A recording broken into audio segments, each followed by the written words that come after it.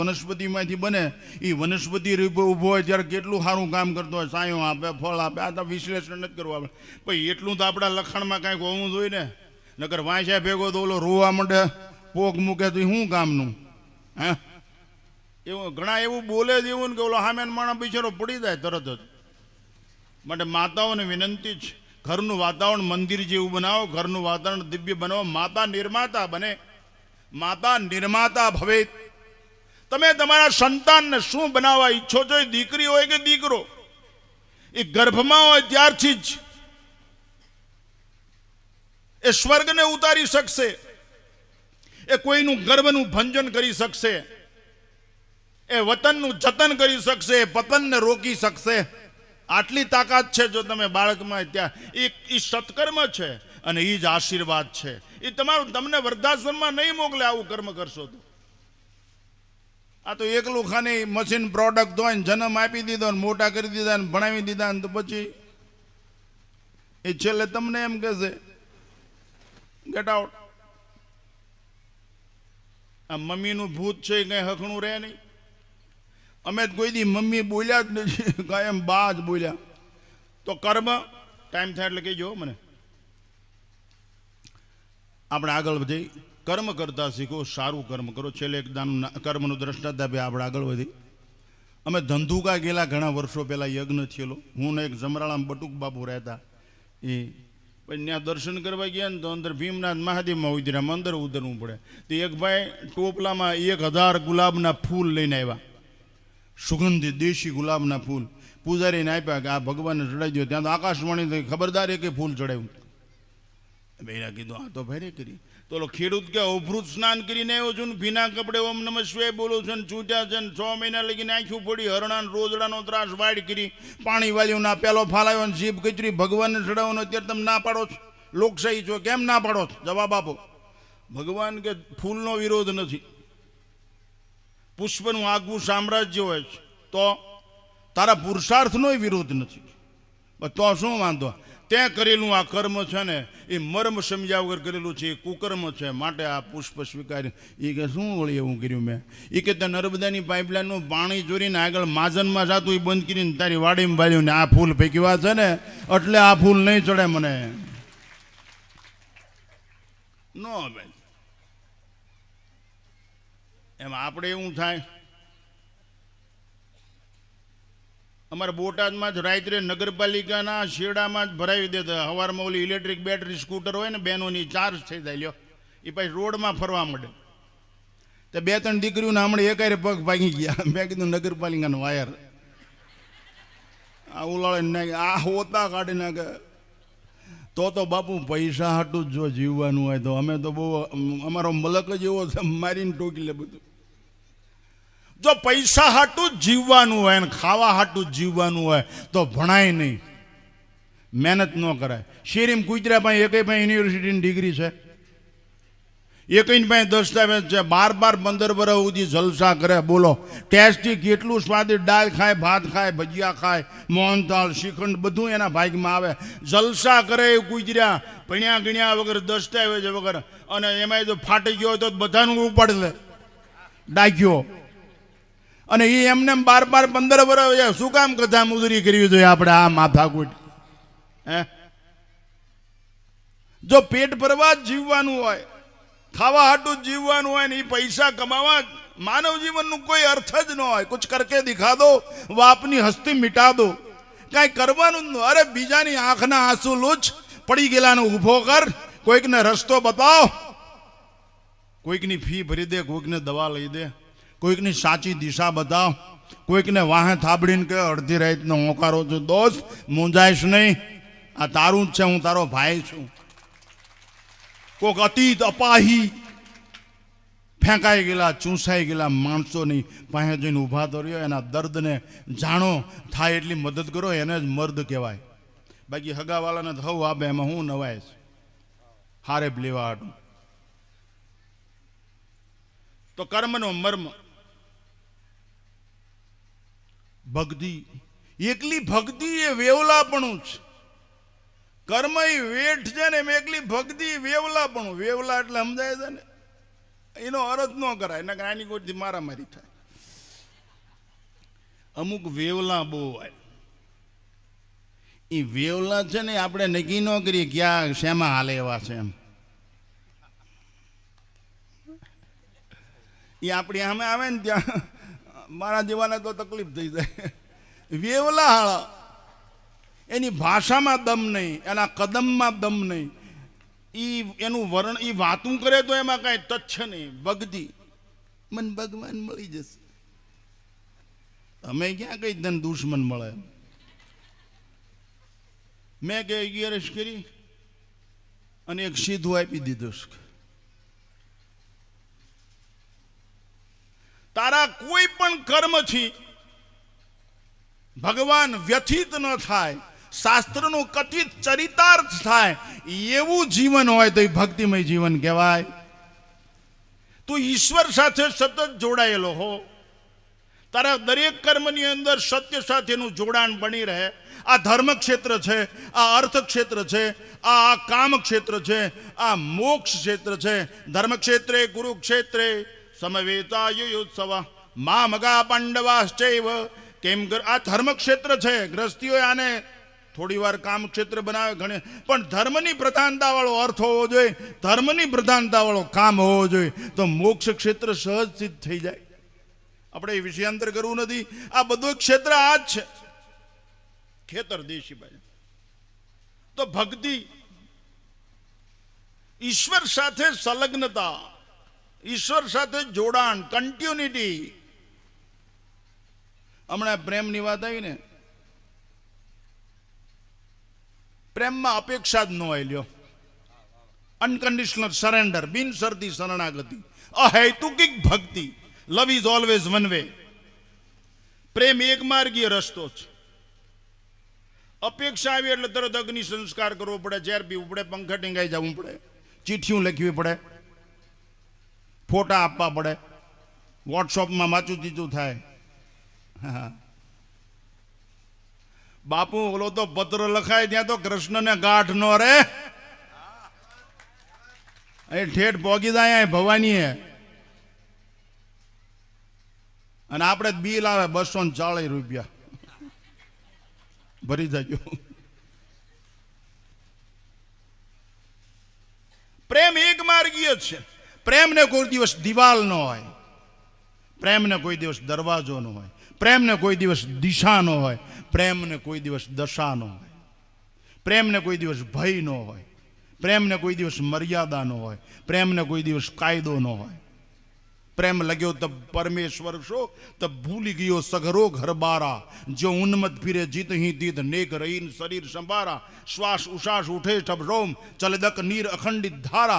सुंदर कौन करी न उधावित भक्ति प्रेम पर्यो पी मत बारा. न लाज तीन लोक की न शंक भूत प्रेत की न देव यक्षते डरे. सुने न गान और की दृशे न और इच्छना. सुंदर कह दिया भक्ति प्रेम लक्षणा. ये फाटी गयो है.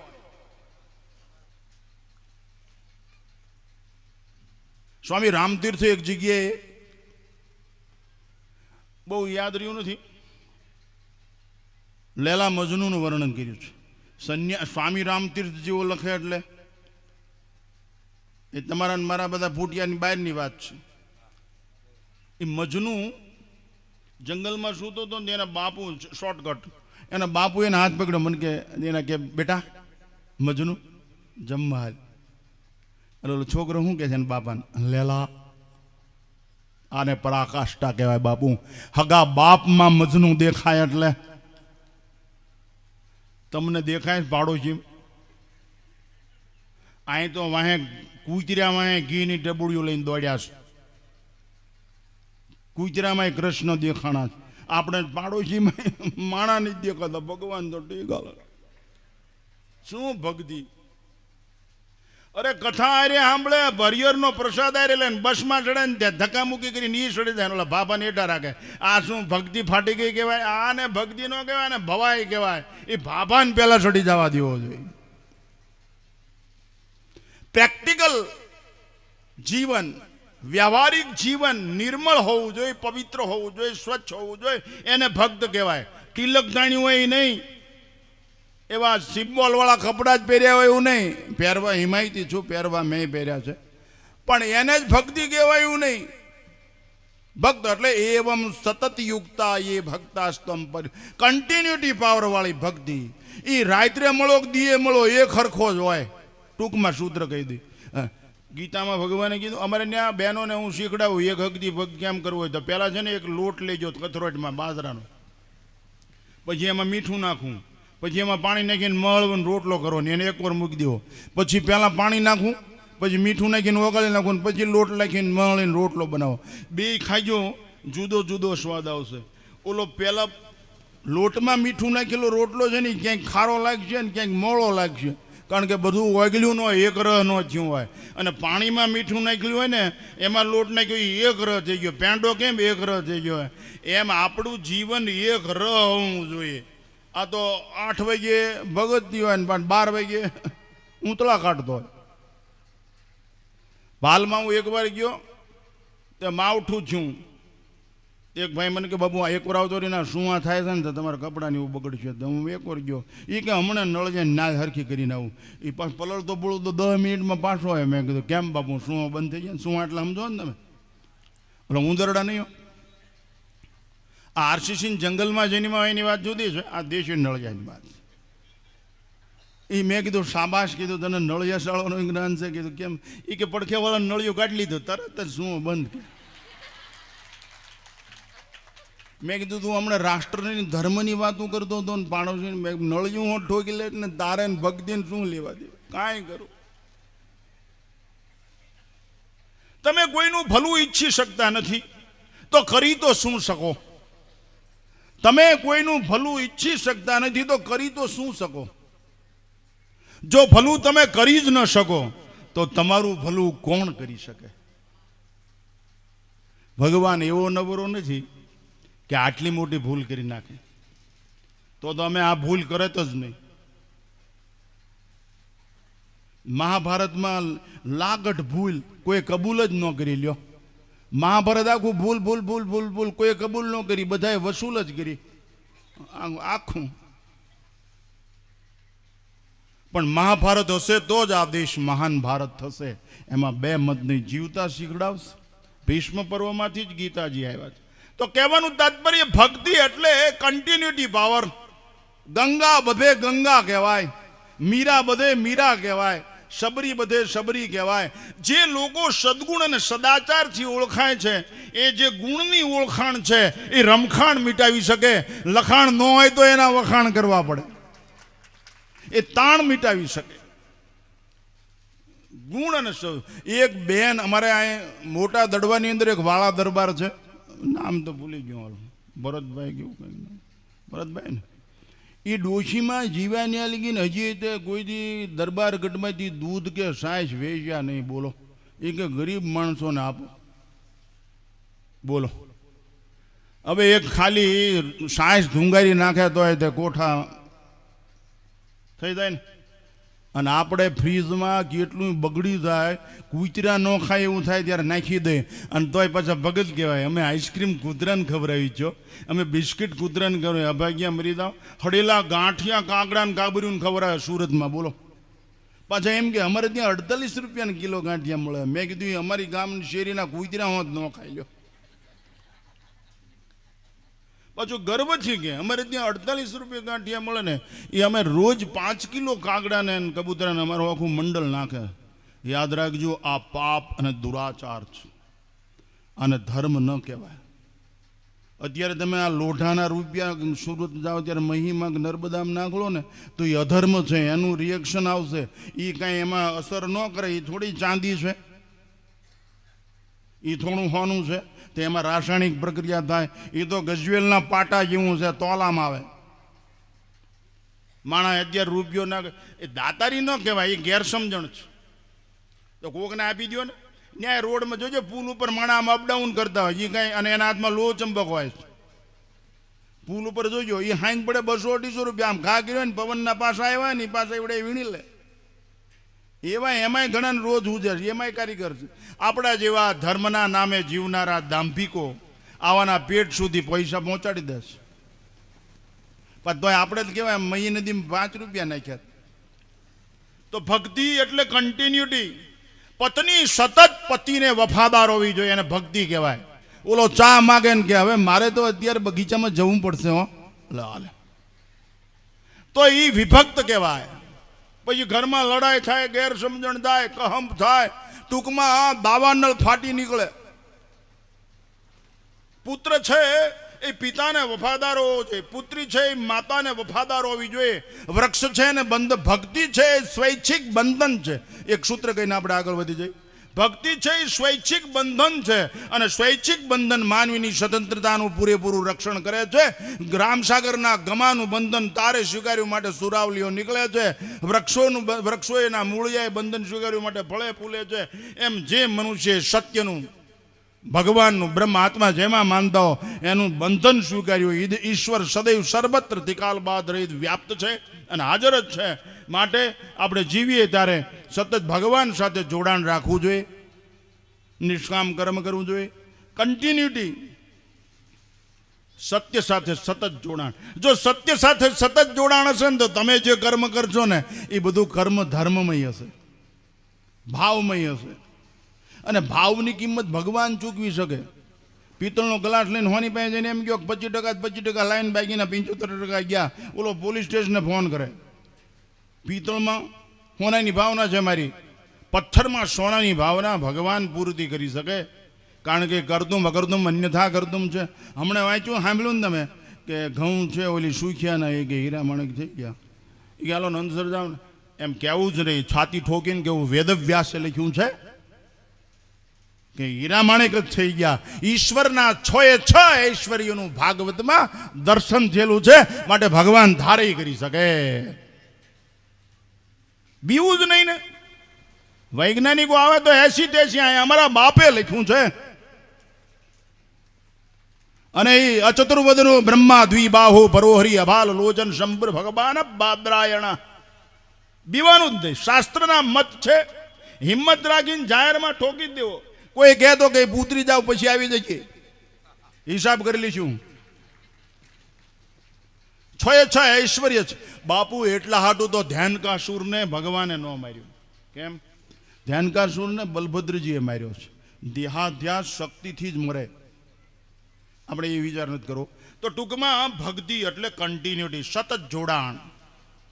સતત પ્રહલાદનું સતત જોડાણ છે, ધ્રુવનું સતત જોડાણ છે. તમારું સતત જોડાણને જીવતું રાખવું એ જવાબદારી ભગવાનની છે. તમે એકવાર જોડાઈ જાઓ. મેં એકવાર એક જગ્યાએ સાંભળ્યું કે ઓલો કોણ થાંભલાને બાદ ભીડવા દોડ્યું હતું? પ્રહલાદ ને. આહલાદ બ્રહ્મના આનંદ માટેનો સંસ્કૃતનો સ્પેશિયલ શબ્દ આહલાદ, બ્રહ્મના આનંદ રહે.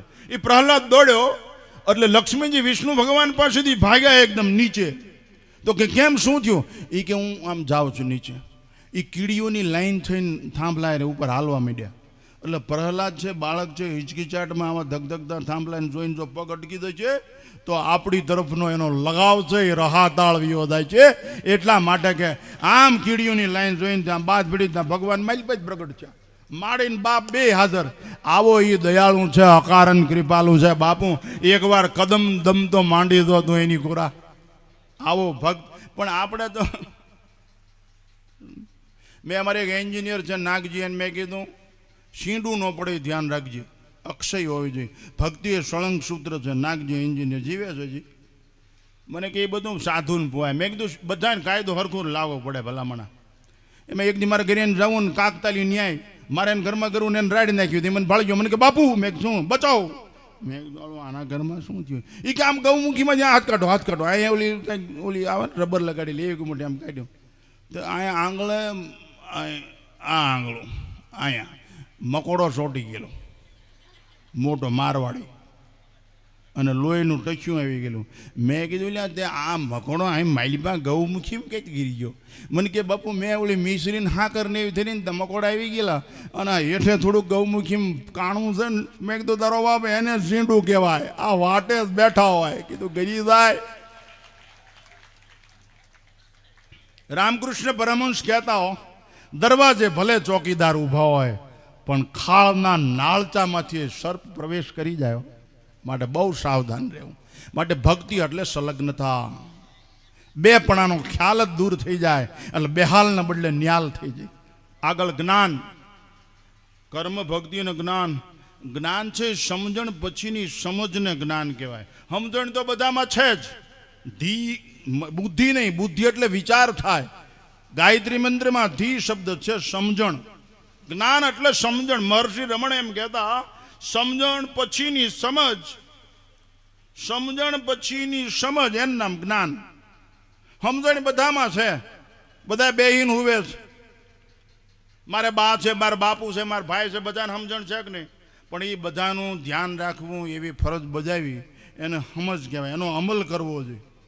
મને રાજુલામાં એક ખુમાણ દરબાર છે, ડૉક્ટર મૂળ સાવરકુંડલાના છે, નામ ભૂલી ગયો અત્યારે, ત્યાં હું જાઉં છું. તો મને કે બાપુ અમારી નાયતને અસર થાય એવું એક નાનું એવું વાક્ય કયો. એ ખુમાણ મેં કીધું કહુંબો અમલ. સમજાય ને તમને? ખરલમાં ન રહી જાય.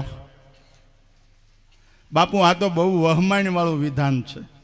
આ ભાઈ વડાળવાળા ધીરુભાઈ છે ને, હા, એને હું ઓળખું વર્ષોથી. અમલ ખરલમાં ન રહી જાય.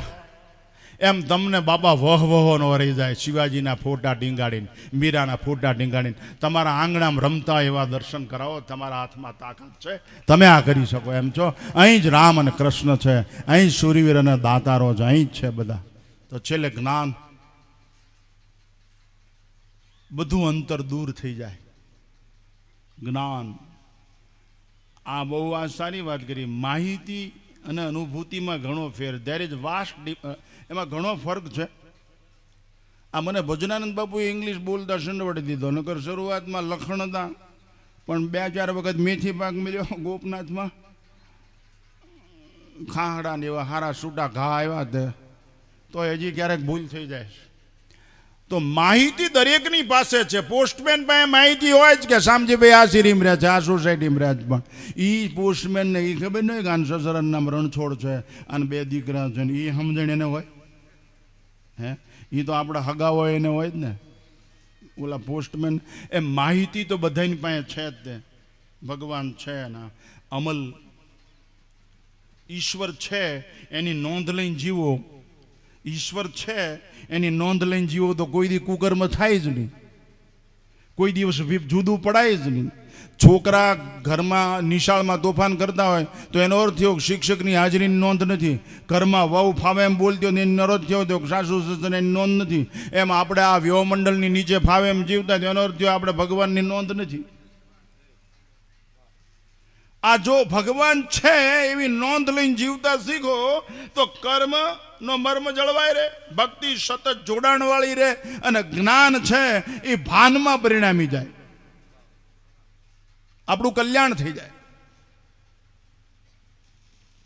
આ સંસ્કાર માતાઓએ લોહીમાં આપવા જોઈએ. છેલ્લે દ્રષ્ટાંત આપી વક્તવ્ય સમાપ્ત કરું. તમારી પાસે એક સંન્યાસી તરીકે ભીખ માગું છું. તમે કાંઈ નહીં આપો તો ચાલશે, પણ તમારી પાસે ભીખ માગું છું. તમારા ધાવણમાં તાકાત હોય તો રાવણ જન્મે જ નહીં. આય તમે તમારા સંતાનોમાં આવા સંસ્કાર પાડો. શું કામ વેસ્ટર્ન કલ્ચર એને ઓલું કેવું ભણાવે સારું, એકડા બગડાને બદલે ઓલું હે, હા કેજી લ્યો. અમે ભણતા ને તે બાળ પૂછ્યા હતી, તે અમારે કેવી કવિતા આવે ખબર છે? ગગને પવને વન વન ભવને ખળખળ ઝરણે તા, આવું આવે. તા તો અત્યારે twinkle twinkle little star how I wonder vote.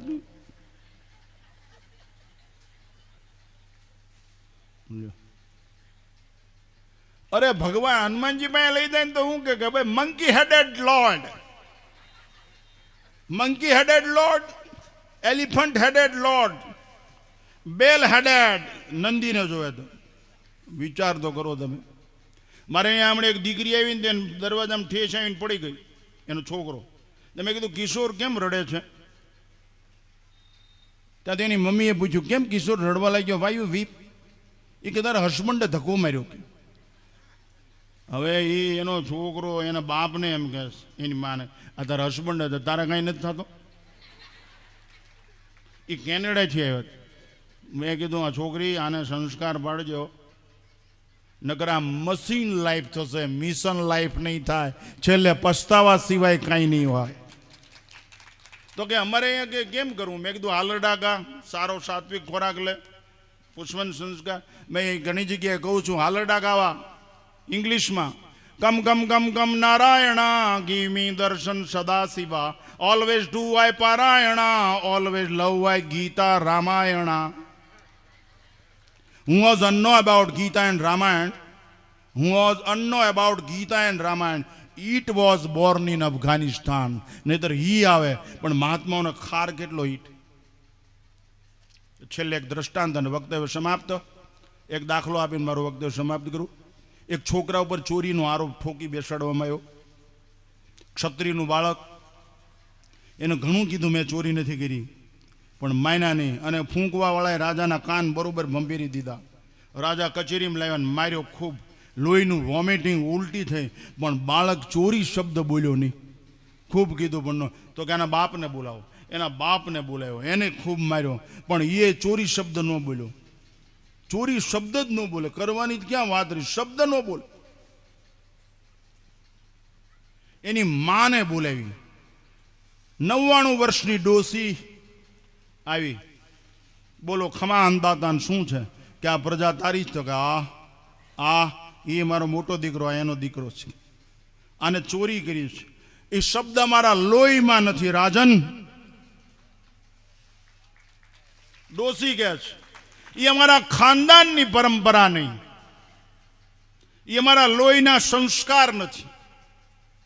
અહીંયા અમે ગાડાને બળદ આપી દીધા, અહીંયા અમે ઘઉં આપી દીધા, અહીંયા અમે જમીનને જાગીર આપી દીધી છે, અહીંયા અમે અમારા દીકરાના માથા આપી દીધા છે, અમે અહીંયા જાયદાદ ફના કરી નાખી છે.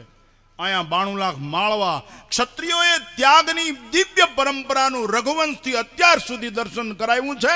અમારી આ પરંપરામાં નથી, અમારા ખૂનમાં નથી, અમારા લોહીમાં નથી. રાજા કે ડોસી કે સાચું બોલ. તો ડોસી ઓલા લોહીના ખાબોચિયા ભરણે ને એમાં હાથ પલાળ્યા અને આમ જોવા માંડી. તો રાજા કે શું જોવે છે? તો ડોસી કે રાજન, આ મારું ખાનદાન છે, આ મારી લોહી છે, આ મારી પેદાશ છે. ત્રણેય કાળમાં ન બને. ઈશ્વર ધારે ને તોય આ સત્ય ન પડે. હું ભગવાનના સોગન તો ઠીક, મારા પ્રાતિપત્ય ધર્મના સોગન ખાઈને કહું છું કે મારી પ્રજા કોઈ દિવસ આ માર્ગે ન જાય. ચોરી તો ન જ બોલી. ત્યારે એકદમ દીવાને આવીને પાછળથી કાનમાં કીધું, રાજન હું તમને પહેલા કહેતો ને અત્યારે કહેતો કે આપણા રાજમાં, આપણા તમારા બાપુજીના વખતમાં જે સરસેનાધિપતિ જે વિજય અપાયો હતો ને, એ જ ક્ષત્રિયની આ પુત્ર વધુ છે. આ કોઈ દિવસ ખોટું કોને. રાજાએ તરત કીધું ઓલાને શૂટ કરી દો બધાને, ખોટા કાન ભંભીરણી વાળા. તમે કલ્પના કરો કેટલો વિશ્વાસ, કેટલી શ્રદ્ધા. એ ઉછેરમાં કેટલી બધી સાવધાની હશે, એ જન્મમાં કેટલી બધી સાવધાની હશે, એ નસે નસના સંસ્કારની કેટલી બધી સાવધાની હશે, એ ખાવાની, જોવાની, સાંભળવાની, હરવા ફરવાની કેટલી સાવધાની હશે. મેં એકવાર એક જાજલ્યમાન રાજમાન ક્ષત્રિય દીકરીને પૂછેલું, કીધું તમે ઈરાદાપૂર્વક, યાદ દ્વાતા દેવી કે એટલે 1 સેકન્ડમાં ઈરાદાપૂર્વક પૂછેલું સન્યાસી હોવા છતાં, મેં કીધું તમે રાજઘરાનાના છો અને આવડો મોટો 8 મીટરનો ઘાઘરો શું કામ પહેરો છે? આટલું બધું કાપડ વાપરો? મને કે બાપુ હમણાં 2 મિનિટમાં જ ખબર પડી જશે. એ જવાબ તમને સીધો મળી જશે. અને બન્યું એવું, આવી રીતે કથા શરૂ થઈ કોઠ ગાંગડમાં. હિઝ આઈએનએસ મહારાજા કર્ણસિંહજી એમ કથા શરૂ થઈ ને, તે 2 બ્રાહ્મણની દીકરીઓ આવી માજી ડોસીમાં, અને બેસવાની ક્યાંય જગ્યા નહીં, નીચે રેતી ગરમ થયેલી. આ બેને તરત જ ઘેર પાથરી 2 માળીને બેહાડી દીધી અને કીધું આ અમારું પરમ સૌભાગ્ય છે. બાપુ વિવેકની પરાકાષ્ઠા કહેવાય, આટલી સાવધાની કહેવાય, આને જીવન કહેવાય. ક્યારેય છે આપણા જીવનની અંદર આપણે કપડાં જેવા પહેર્યા અને બેઠા હોય તો વહરા લાગી અમે ઠાંગાઈને ભાઈ છે એમ કહી તો બોલો. એટલા માટે મારી વિનંતી છે, શ્રીમદ ભાગવત કથા ભક્તિ જ્ઞાન વૈરાગ્યનો ભણવા ગણવા વણાનો તરવાનો આ ગ્રંથ જીવનની અંદર આત્મસાત કરી તમારું પરમ કલ્યાણ થાય. કર્મ ભક્તિ જ્ઞાનના માર્ગથી માનવ જીવનને પવિત્ર અને દિવ્ય બનાવો એ અભ્યર્થના જોશી પરિવારે આ જે કાંઈ ખર્ચ કર્યું છે આ સુંદરમાં, એની આ નૈતિક બ્રાહ્મણોની ત્યાં નૈતિક ફરજ છે, એને આ કરવું જ પડે. અને એને કર્યું છે એ બદલ એના મા બાપને મારા નમસ્કાર, એના પુત્રોને મારો ધન્યવાદ. આવું સદૈવ કરતા રહો એવી મંગલ પ્રાર્થના છે. મારી વાણીને વિરામ આપું છું. નમઃ પાર્વતી પદય હર હર મહાદેવ.